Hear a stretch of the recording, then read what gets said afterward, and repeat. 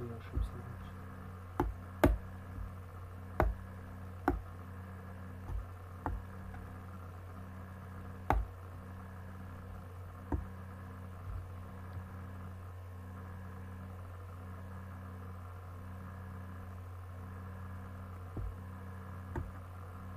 Google. Окей, Google.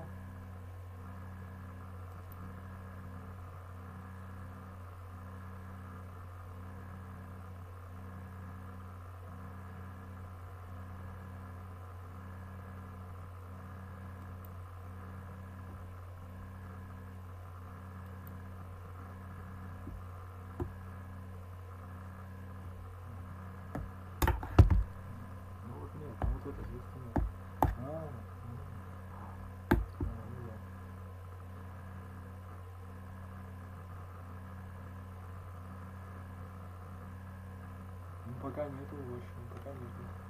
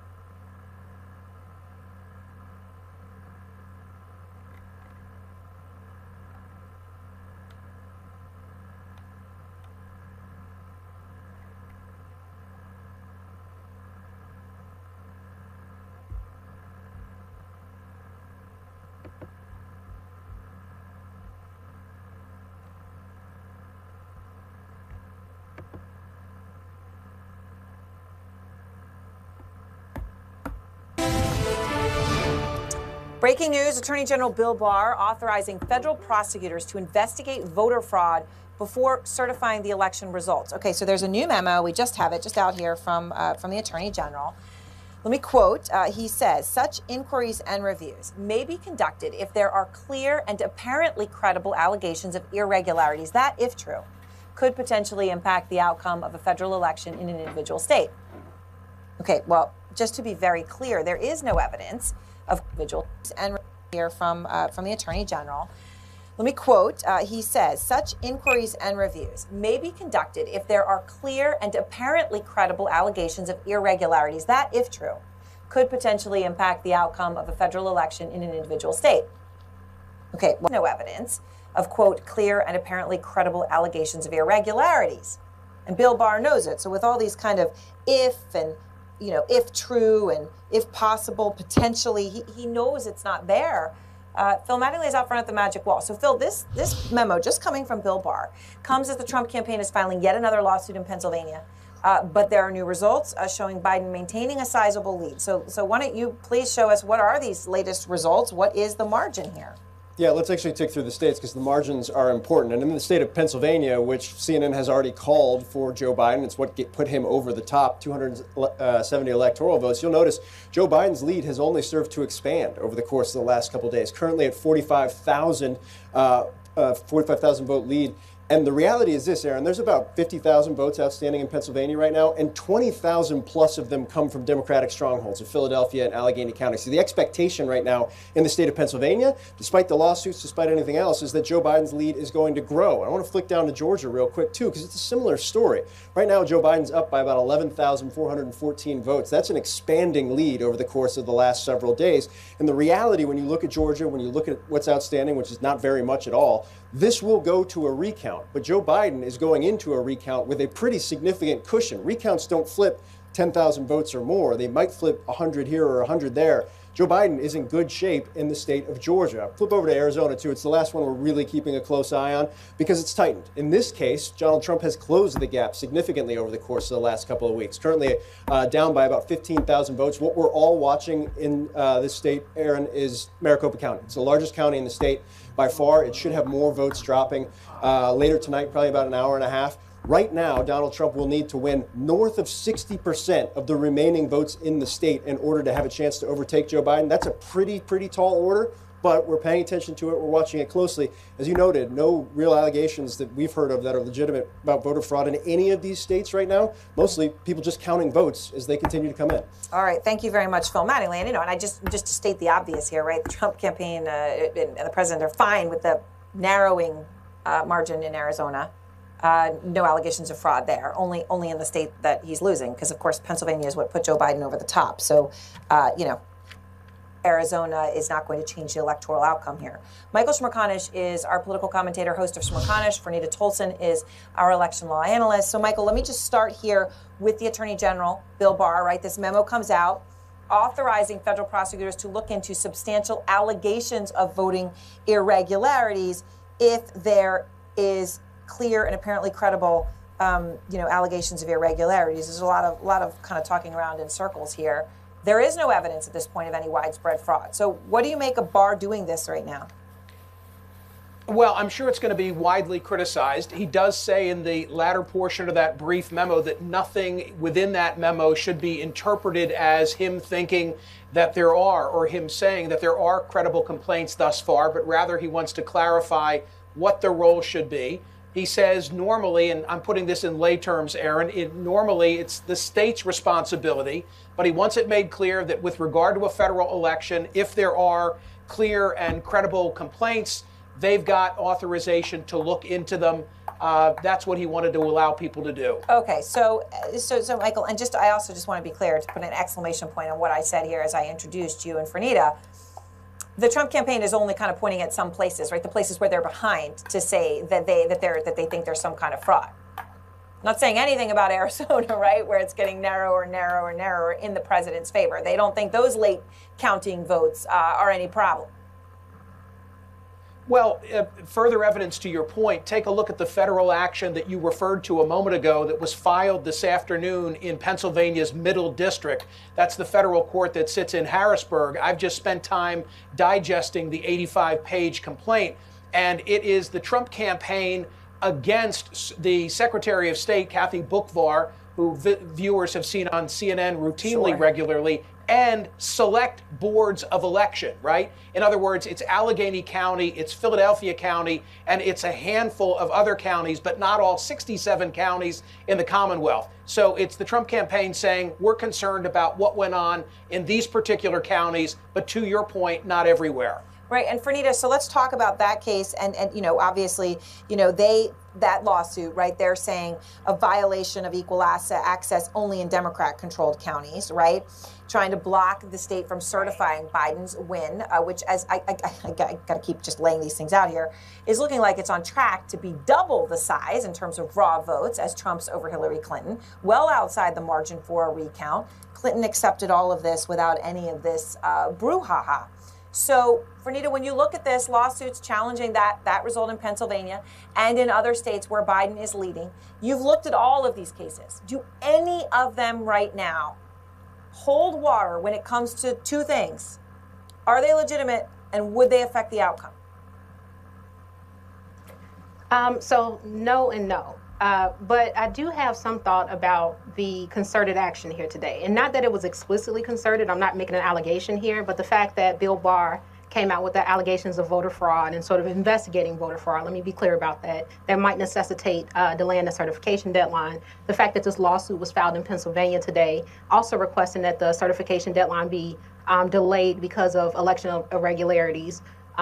It seems to me that, oh, and don't let me forget the Pennsylvania Republicans who have also publicly said that the certification deadline should be delayed so that they could conduct an independent audit of the election results, right? And so it seems like all of this is about messaging as opposed to the legitimacy of any of these complaints. Because if you read the complaints, both the one in Michigan and also the case filed in, the case in Michigan and also the one filed in Pennsylvania, you see many of the same claims that we've dealt with in the last 6 days, right? So you have claims about ballots being not being processed correctly, the observers not being close enough to observe the vote count, and so on. So it's all the same claims that have been largely unsuccessful in court. But notable today is the fact that you have this concerted message about delaying the certification deadline in Pennsylvania. All right, so Fernita, let me ask you about one other point here, because you bring up that, you know, talking about certification deadlines gets you to the Electoral College and what it actually is slated to do in mid-December. Some of Trump's allies seem to be pointing to another option if Trump fails in all of these legal avenues, which it appears from your analysis and others of your colleagues, right? You all are coming to the same conclusion that it does not, these don't add up, which is to blow up the Electoral College. So basically, state officials have the power to appoint their electors, and they always do so in favor of whoever won the state. But if they don't, then they go ahead and go rogue, and a Republican legislature in Pennsylvania decides to go the other way, they could do that. There are some who are afraid of that. Do you think that could actually happen? Aaron, so much would have to go wrong. Let's be clear about that. So under federal law, if there's a failure to elect on election day, the state legislature can then select their own slate of electors. There's no evidence that that'll happen in this case, right? There's no evidence that there will be irregularities such that the certification deadline isn't met at the end of the month. But let's just say that it is, right? So the state legislature decides that the election is flawed. They want to appoint their own slate. Both slates get sent to Congress after the electors meet and vote on the 14th. Okay, let's say 14th of December. Let's say that happens. Well, Congress can then decide on whether or not which slate is the legitimate slate. If the House and the Senate split on that, then the executive of the state makes the decision. That is the tiebreaker. In Pennsylvania, the executive is a Democrat. It's a Democratic governor. In Michigan, it's a Democratic governor. So even then, we're still in a situation where this is a Hail Mary pass. Right, at the very least. And thank you for laying that out. Thank you so much, both of you, Fernita and Michael, as always.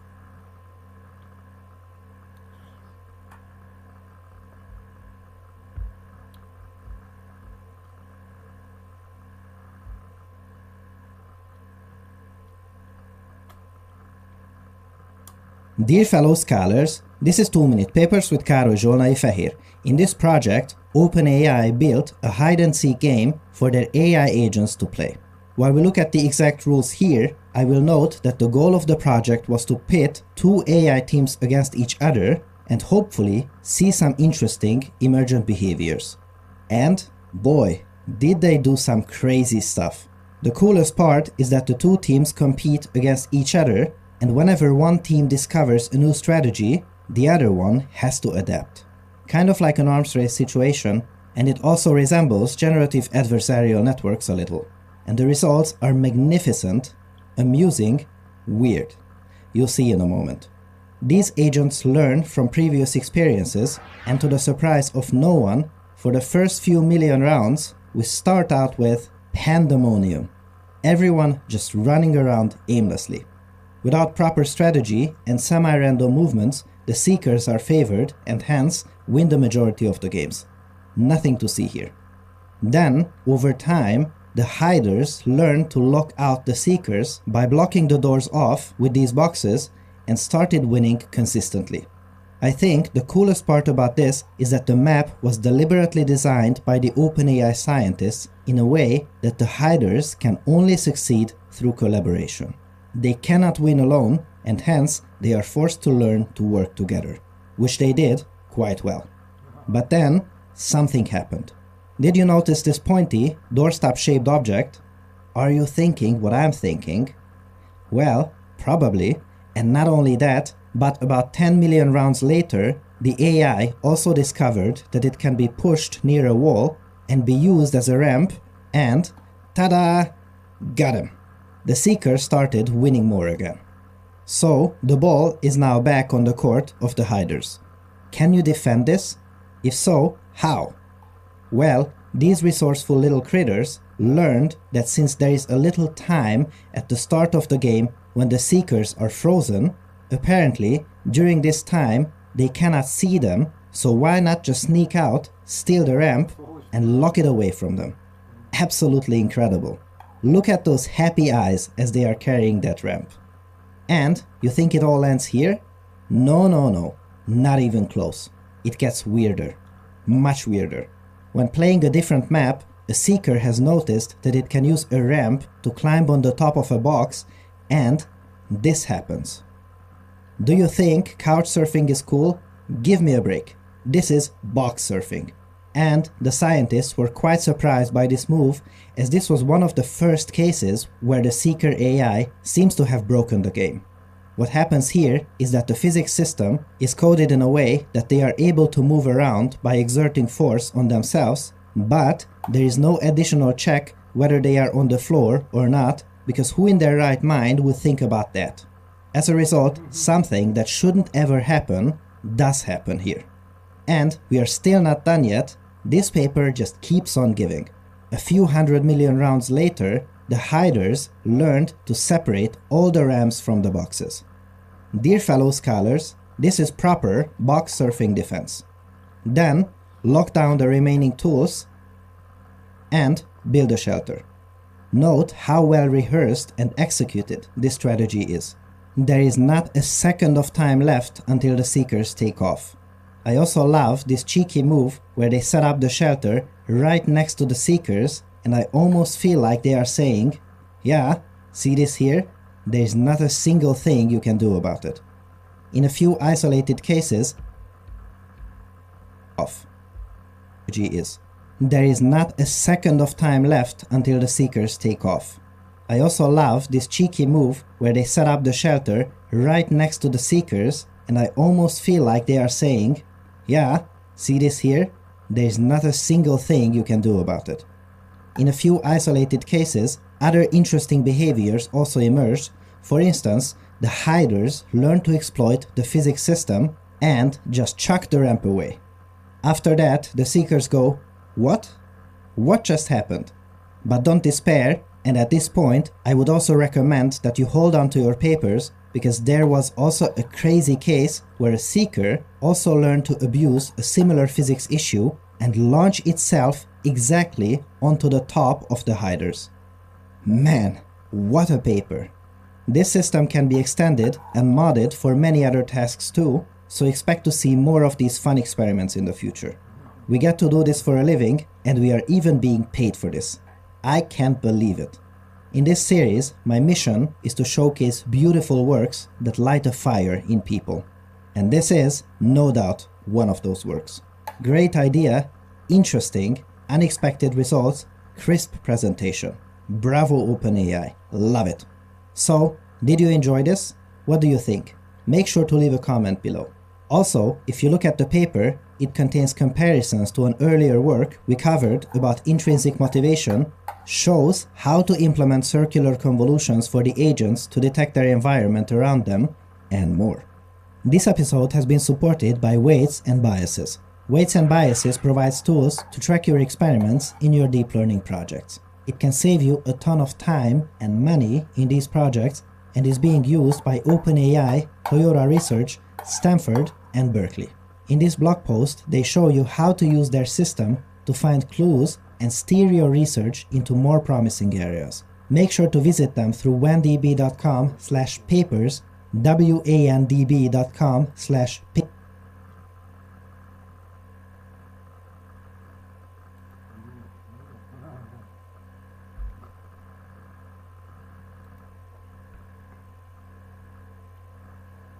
Пока тебе.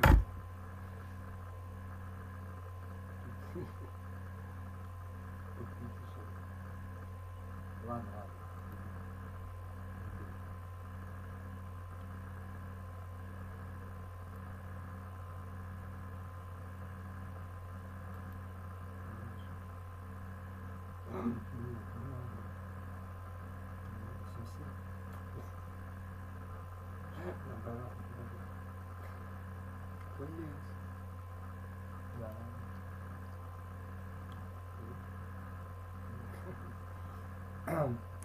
No, он тебя не припал.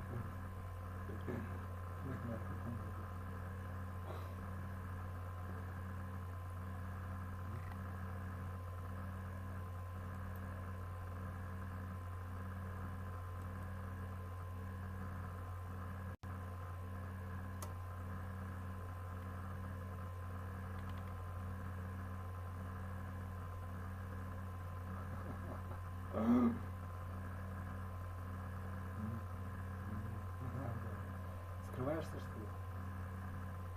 Выходит, я скрылся, что ли?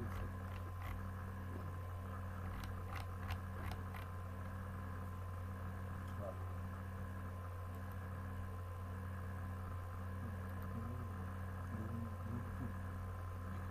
Кто здесь? Да, тут сидит.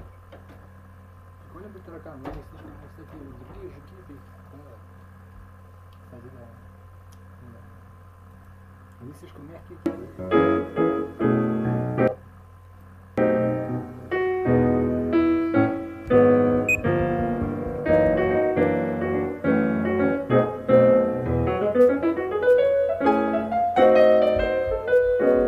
Hey everyone, Tony Winston here for Jazz Piano College. I'm going to do a bunch of standards today in the key of E. You know, a common practice method is to take a song or a riff or a chord progression and play it in all 12 keys. But I find when I practice that way, it doesn't really stick with me very well. So what I've been doing lately is playing, you know, a list of standards. I got a list of about 10 standards here in the key of E. All right? And after playing through a bunch of them, and you keep getting to the same 3, 6, 2, 5, you know, in E, you start to feel a little bit more comfortable with it. And, you know, the riffs that you're playing start to stick a little bit. And you almost get to where you feel comfortable in that key. Let's take Green Dolphin Street. So we got E major. Now, one thing about, you know, these songs is if you know them in a particular key and you're just remembering the chords, you have to get the kind of the relationships going. Like, so you know it starts on a major chord, then it goes to a minor chord, and then it goes up to like the 2 chord, which is a major chord, then the flat 2 chord back there, and then, you know, it's got a simple 2-5-1. All right, so let's work a little bit on a 2-5-1. So the diminished scale you want to get is this one. All right, so when you're doing a 2-5-1, you're basically going to use an E major scale on the F sharp chord. That's Dorian mode, but you know, you're in the key of E, so this is not hard. This is not a hard concept. and then just switch into that. And I stuck an extra note in there to make it come out right. But you know, the reason I'm not landing on a note that I want to land on, like the ninth or the major seventh or the ninth or something like that, is because I suck in the key of E. There's just no two ways about it. Ended on the third that time, and then into a, hey, we're in the key of G now. I feel a little more comfortable in that key, but then back to E. All right, now, you know, it goes through the same thing again. And then we've got another 2-5-1. And then, well, see, this is where you need to remember the relationship. You're on the 2, you go down right below the root, play a half. So remember, from F sharp, you went down a minor third. So from this one, you go down a minor third again, get the half diminished chord, follow the cycle, and then you end up on the 3. And if you do enough songs like this, you know, you'll feel comfortable getting to the 3 chord. I remember one time I called Girl from Ipanema in E, just to be cute. And my band handled it fine, but I kept missing the 3 chord, you know, because, shit, I didn't know key of E. Not very well, anyway. And here's another little tip for you here. Don't think of this as an A flat chord. Think of it as a G sharp. G sharp, C sharp, F sharp, B, and E, all right? Because, you know, think about the key of E flat. You got G, C, F, B flat. Well, this is the same thing. G, C, F, B. You know, same letters. And, you know, it is correct to do it this way. One chord is E, F sharp, G sharp. You got to follow the alphabet, you know?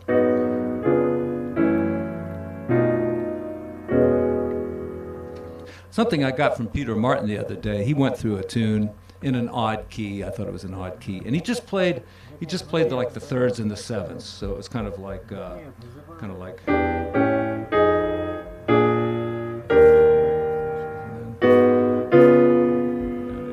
you know, play the 7th and the 3rd, or the 3rd and the 7th, and then just voice lead around, you know.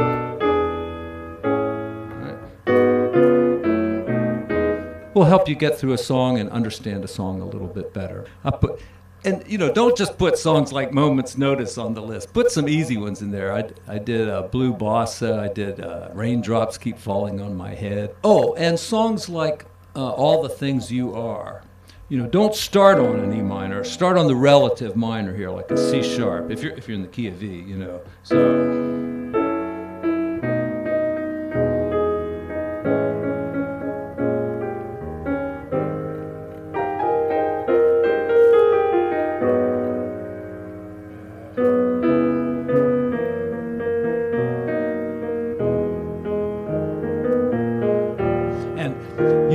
End there on E flat. This is how I know I'm in the right key, if it's a half step below E. This is a pretty tricky song, but it's not really hard to transpose this song if you know the relationships. And I don't mean like knowing that you're on the 6 chord and the 2 chord and the 5 chord and all that. It's just knowing like where the melody is. It's on the 3rd, and then you follow the cycle.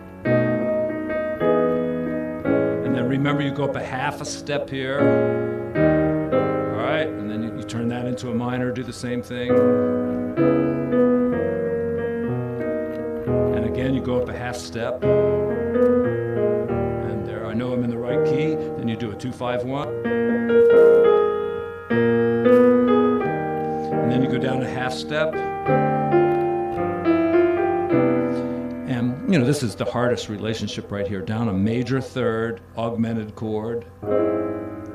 But if you remember where you started on C sharp, then you know you're just the 5th away.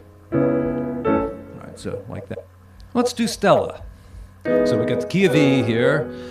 You got to remember the melody starts right there on the root, and goes, you know, tritone away for the first 2-5, like that. And, you know, I don't try to remember like that's the 2 chord. What I tend to remember is where you're going, like a tritone here, then follow the cycle. Sorry. and then go up a minor. You know, more cycle stuff. And then back to the home key. Same progression, a tritone, B flat, cycle. And this is one of the harder changes to remember. Down a minor third, and then, you know, this is like a backdoor way of getting to B.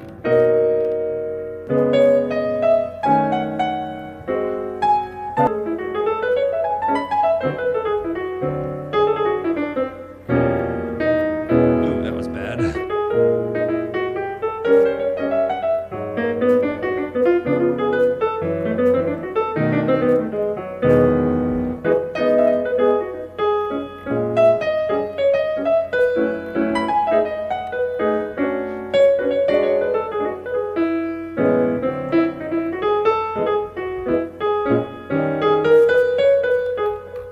Where should I be?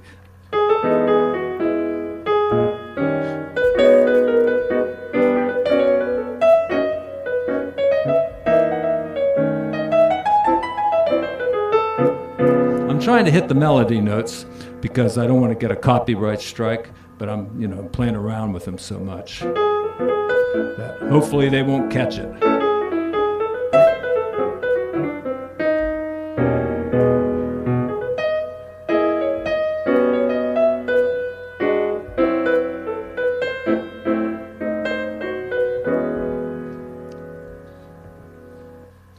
So, you know, in the key of E, the progressions to work on, of course, are 3, 6, 2, 5, 1, and, you know, variations like going chromatically like that.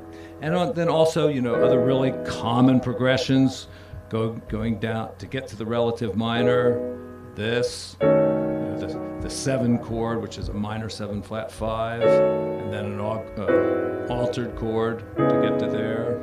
And you could just go like that from E.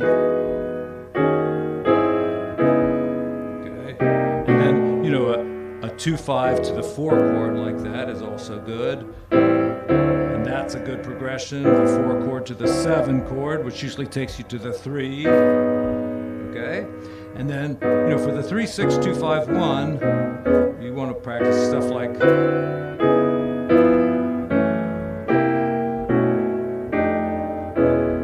what I was doing there. I'm going to C sharp, so I'll do this one first, then I'll go to C sharp, and then I'm going to F sharp next, so yeah, and then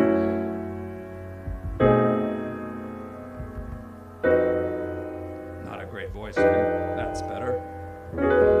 Okay, so working on your chords, of course, is you know, probably the first thing you want to do, and then the E major scale. Try it on all the chords here. You know, get used to like where you're going to play these, the 3, 6, 2, 5, 1. We'll start with minor chords. That way we can stay in the key of E up here. Of course, the 5 chord is a dominant chord, so nice place to get the right diminished scale in there. All right, and then start making the 6 chord a dominant chord, and find the right diminished scale for that one.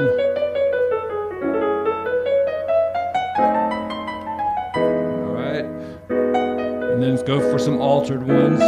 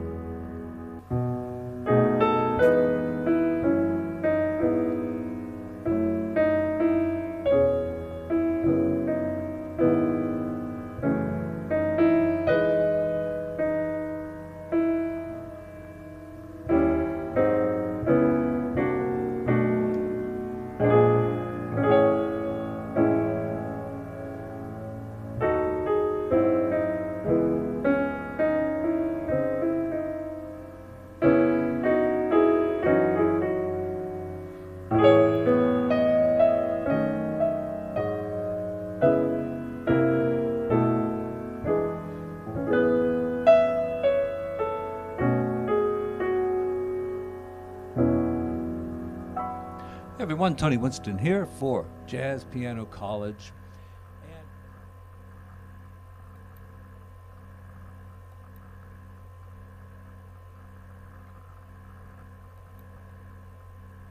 Papers, or just click the link in the video that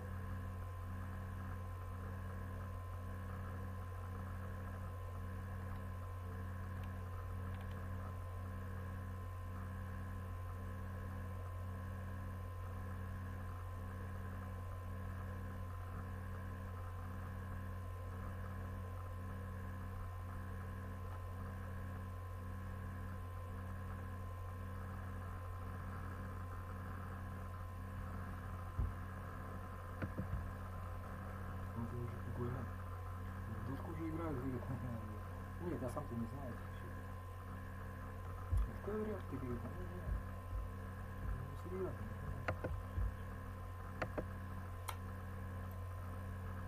После третьей химиотерапии в Украине у меня перестала работать правая рука. И я...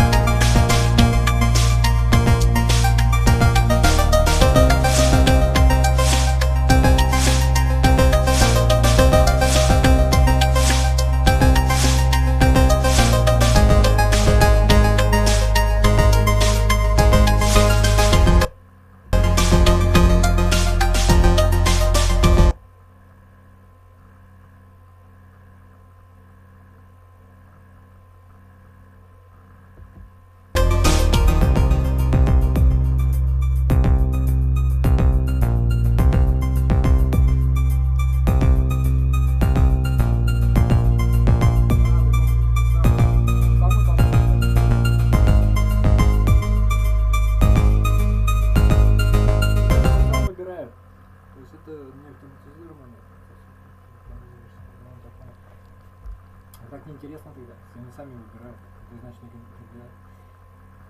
Честно.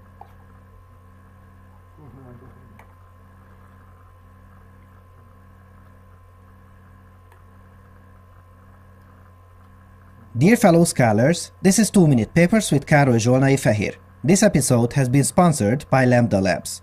Not so long ago, we talked about DeepMind's Alpha Star, an AI that was able to defeat top-tier human players in StarCraft 2, a complex, real-time strategy game. Of course, I love talking about AIs that are developed to challenge pro gamers at a variety of difficult games, so this time around, we'll have a look at another major milestone, OpenAI 5, which is an AI that plays Dota 2, a multiplayer online battle arena game with a huge cult following. As this game requires long-term strategic planning, it is a classic nightmare scenario for any AI. But OpenAI is no stranger to Dota 2. In 2017, they showed us an initial version of their AI that was able to play 1 versus 1 games with only one hero and was able to reliably beat Dandy, a world champion player. That was quite an achievement. However, of course, this was meant to be a stepping stone towards playing the real Dota 2. Then, in 2018, they unveiled OpenAI 5, an improved version of this AI that played 5 versus 5 games with a limited hero pool. This team was able to defeat competent players, but was still not quite at the level of a world champion human team. In a 1-hour interview, the OpenAI research team mentioned that due to the deadline of the international event, they had to make quite a few concessions. And this time, several things have changed. First, they didn't just challenge some local team of formidable players. No, they flat out challenged OG, the reigning world champion team. An ambitious move that exudes confidence from their side. Second, this time around, there was no tight deadline as the date of the challenge was chosen by OpenAI. Let's quickly talk about the rules of the competition and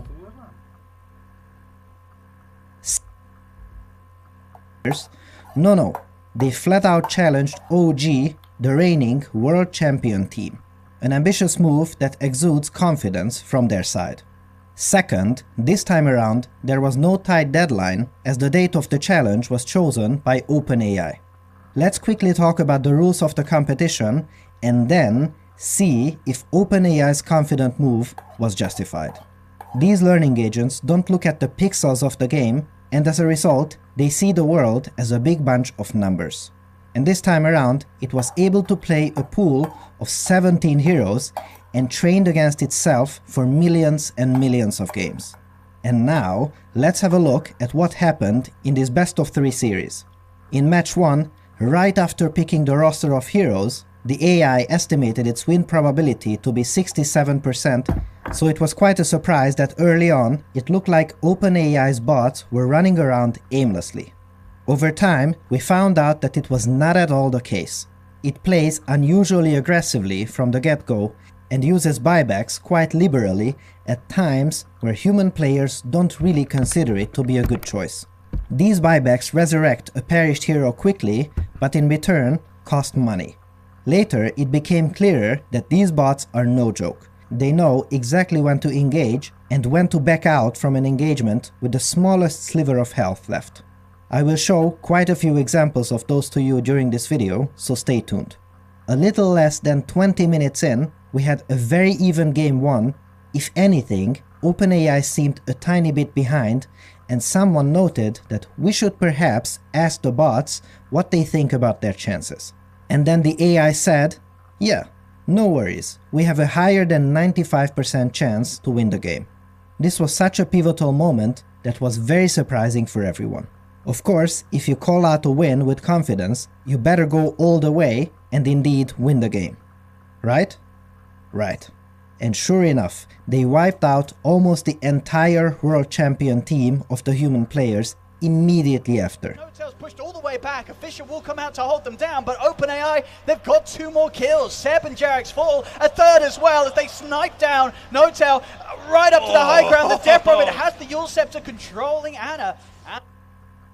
Делаешь 3-й вариант дизайна, 5-й клиент не принял. Ребята, хватит, в топку. Hannah sort of left on it. And then noted, you know what? Remember that we just said? Forget that. We estimate our chances to win to be above 99% now. And shortly after, they won match number 1. Can you believe this? This is absolutely amazing. Interestingly, one of the developers said that the AI is great at assessing whether a fight is worth it. As an interesting corollary, if you engage with it and it fights you, it probably means that you are going to lose. That must be quite confusing for the players. Some mind games for you. Love it. At the event, it was also such a joy to see such a receptive audience that understood and appreciated high-level plays. Onwards to match number 2. Right after the draft, which is the process of choosing the heroes for each team, the AI predicted a win percentage that was much closer this time around 60%. In this game, the AI turned up the heat real fast and said just 5 minutes into the game, which is nothing, that it has an over 80% chance to win the game. And now, watch this.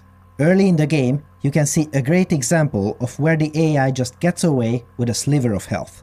Look at this guy. Output to immediately kill him. They will find the follow-up wraparound kill towards him. At least they're trying, but with that Warcry out, he's able to run away. Another Fisher comes out. Surely this kill's going to be there, but no, a stun from the Sven holds back the Shaker, and he TP's out on 30 HP. OpenAI gets out of there with the Sven. They cannot get that kill, OG. Look at that. This is either an accident or some unreal level foresight from the side of this agent. I'd love to hear your opinion on which one you think it is. By the 9.5 minute mark, which is still really early, OpenAI 5 said, yes, we got this one too. Over 95%. Here you see an interesting scenario where the AI loses one hero, but it almost immediately kills 2 of the human heroes and comes out favorably, at which point we wonder whether this was a deliberate bait it pulled on the humans. They do have to disable. Hex comes out from No Tail. They'll kill up the Crystal Maiden, but OpenAI Viper diving past the tower on towards top. The Sven coming back in on minimal HP to throw that stun off, secure the kill. As OpenAI again getting the favorable trade, another tower taken. They are playing at a ferocious speed here in the second game. By the 15-minute mark, the human players lost a barracks and were heavily underfunded and outplayed with seemingly no way to come back. And sure enough, by the 21-minute mark, the game was over. There is no other way to say it, this second game was a one-sided beatdown. Game 1 was a strategic back and forth where OpenAI 5 waited for the right moment to win the game in a big team fight, where here they pressured the human team from the get-go and never let them reach the endgame, where they might have an advantage with their picks. Also, have a look at this.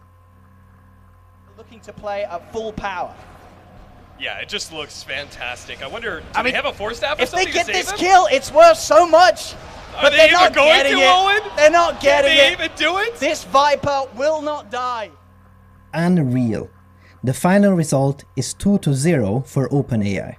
In the post-match interview, No Tail, one of the human players, noted that he is confident that from 5 games they would take at least 1, and after 15 games they would start winning reliably. Very reminiscent of what we heard from players playing against DeepMind's AI in StarCraft 2, and I hope this will be tested. However, in the end, he agreed that it is inevitable that this AI will become unbeatable at some point. It was also noted that in 5 versus 5 fights, they seem better in planning than any human team is, and there is quite a lot to learn from the AI for us humans. They were also trying to guess the reasoning for all of these early buybacks. According to the players, initially, they flat out seemed like misplays.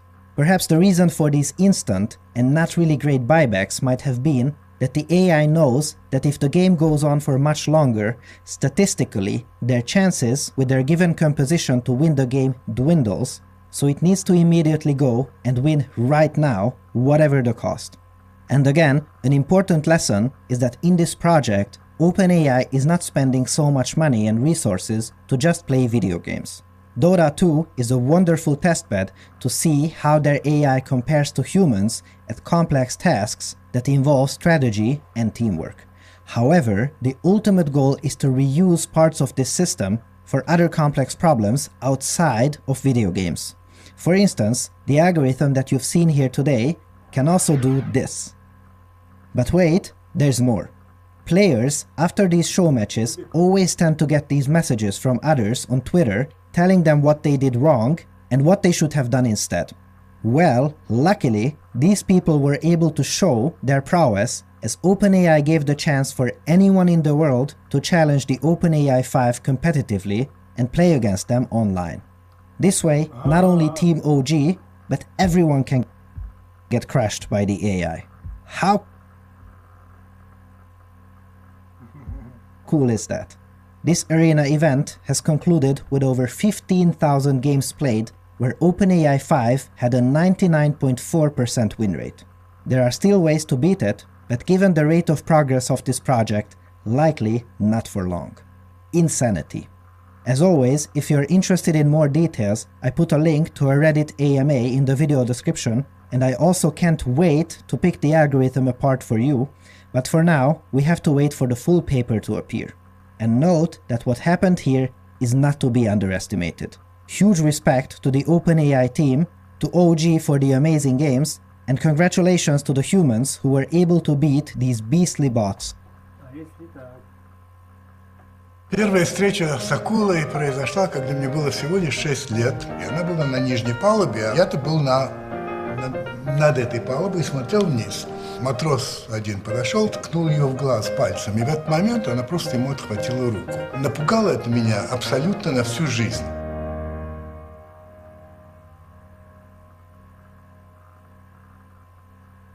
Я боюсь акул, и в отличие от рака, это не лечится.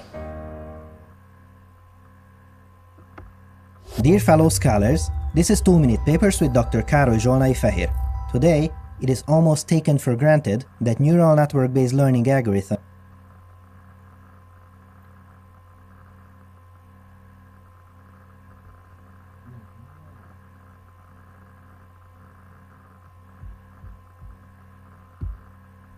are capable of identifying objects in images or even write full, coherent sentences about them, but fewer people know that there is also parallel research on trying to break these systems.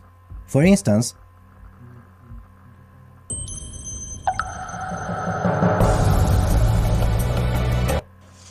over the course of the next 20 years, some of these image detectors can be fooled by adding a little noise to the image, and in some specialized cases, we can even perform something that is called the one-pixel attack. Let's have a look at some examples.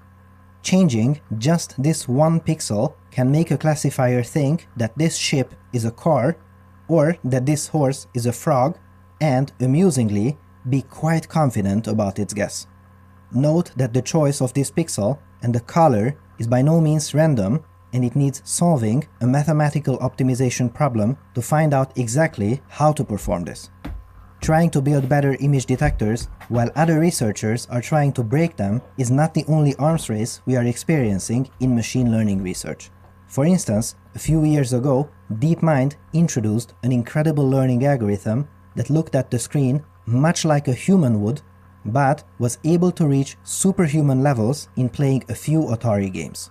It was a spectacular milestone in AI research. They also just have published a follow-up paper on this that will cover very soon, so make sure to subscribe and hit the bell icon to not miss it when it appears in the near future. Interestingly, while these learning algorithms are being improved at a staggering pace, there is a parallel subfield where researchers endeavor to break these learning systems by slightly changing the information they are presented with. Let's have a look at OpenAI's example. Their first method adds a tiny bit of noise to a large portion of the video input where the difference is barely perceptible, but it forces the learning algorithm to choose a different action than it would have chosen otherwise. In the other one, a different modification was used that has a smaller footprint, but is more. A different modification was used that has a smaller footprint, but is more visible. For instance, in Pong, adding a tiny fake ball to the game can coerce. Application was used that has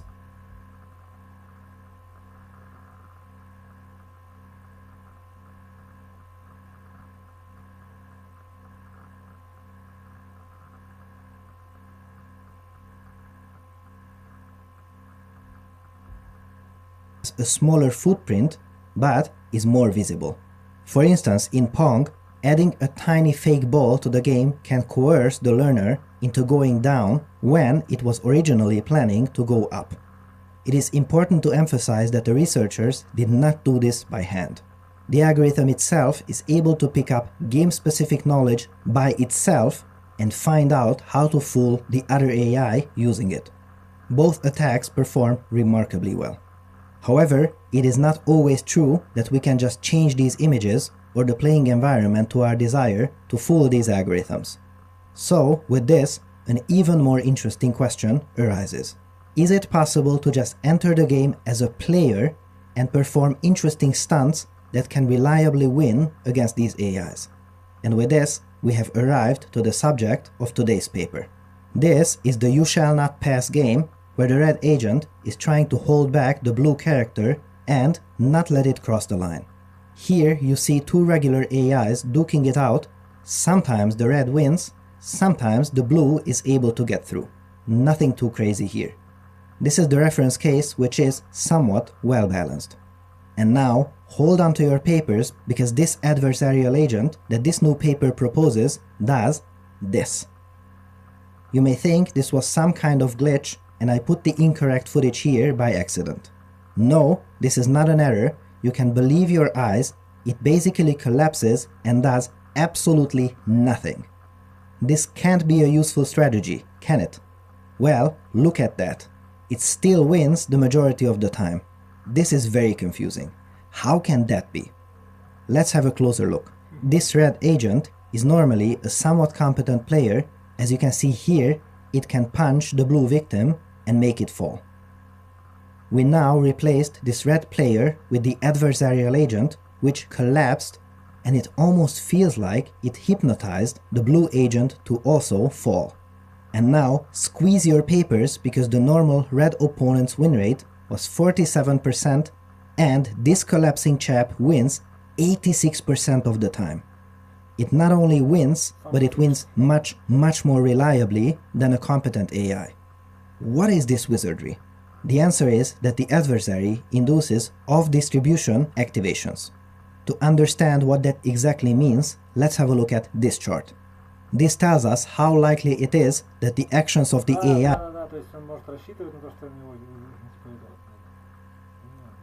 AI against different opponents are normal.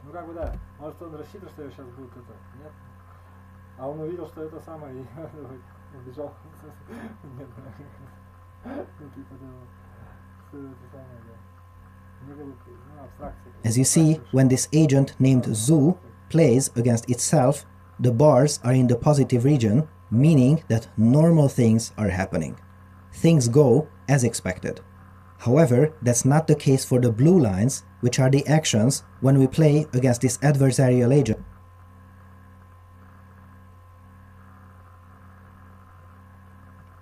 in which case the blue victim's actions are not normal in the slightest. So the adversarial agent is really doing nothing, but it is doing nothing in a way that reprograms its opponent to make mistakes and behave close to a completely randomly acting agent. This paper is absolute insanity. I love it. And if you look here, you see that the more the blue curve improves, the better this scheme works for a given game. For instance, it is doing real good on kick and defend, fairly good on sumo humans, and that there is something about the sumo ants game that prevents this interesting kind of hypnosis from happening. I'd love to see a follow-up paper that can pull this off a little more reliably. What a time to be alive! What you see here is an instrumentation of this exact paper we have talked about, which was made by weights and biases. I think organizing these experiments really showcases the usability of their system. Weights and biases provides tools to track your experiments in your deep learning projects. their system is designed to save you a ton of time and money, and it is actively used in projects at prestigious labs such as OpenAI, Toyota Research, GitHub, and more. And the best part is that if you're an academic or have an open source project, you can use their tools for free. It really is as good as it gets. Make sure to visit them through wnb.com/papers or just click the link in the video description and you can get a free demo today. Our thanks to Weights and Biases for their long-standing support and for helping us make better videos for you.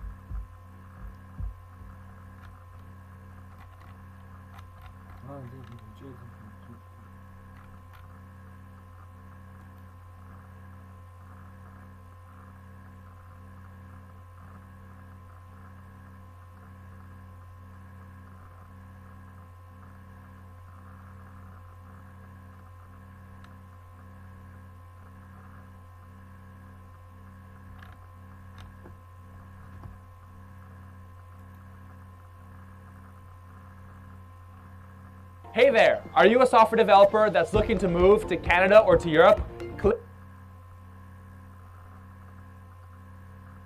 Dear fellow scholars, this is 2-Minute Papers with Károly Zsolnai Fehér. In this project, OpenAI built a hide-and-seek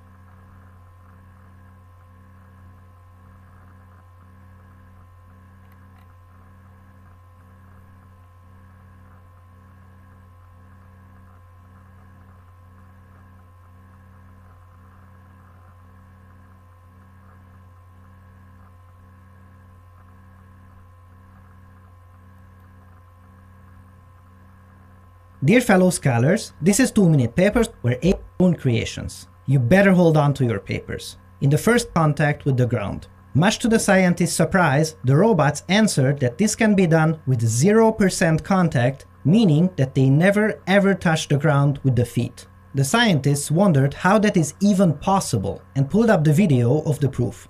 This proof showed a robot flipping over and walking using its elbows. Talk about thinking outside the box. Wow! A different robot arm experiment also came to a surprising conclusion. At first, the robot arm had to use its grippers to grab a cube, which it successfully learned to perform. However, in a later experiment, the gripper was crippled, making the robot unable to open its fingers. Scientists expected a pathetic video with the robot trying to push the box around and always failing to pick up the cube. Instead, they have found this. You see it right, instead of using the fingers, the robot finds the perfect angle to smash the hand against the box to force the gripper to open and pick up the box. That is some serious dedication to solving the task at hand. Bravo!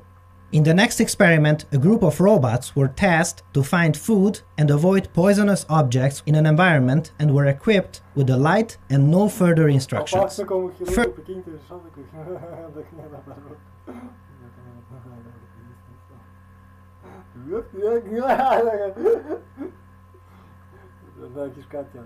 First, they learn to use the lights to communicate the presence of food and poison to each other and cooperate. This demonstrates that when trying to maximize the probability of the survival of an entire colony, the concept of communication and cooperation can emerge even from simple neural networks. Absolutely beautiful. And what is even more incredible is that later, when a new reward system was created that fosters self-preservation, the robots learned to deceive each other by lighting up the food signal near the poison to take out their competitors and increase their chances. And these behaviors emerge from a reward system and a few simple neural networks. Mind-blowing.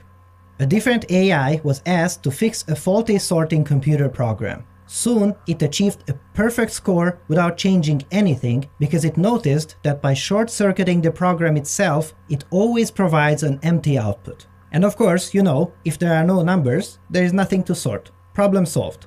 Make sure to have a look at the paper. There are many more experiments that went similarly, including a case where the AI found a bug in a physics simulation program to get an edge. With AI research improving at such a rapid pace, it is clearly capable of things that surpasses our wildest imagination, but we have to make sure to formulate our problems with proper caution, because the AI will try to use loopholes instead of common sense to solve them. When in a car chase, don't ask the car AI to unload all unnecessary weights to go faster, or if you do, prepare to be promptly ejected from the car. If you have enjoyed this episode, please make sure to have a look at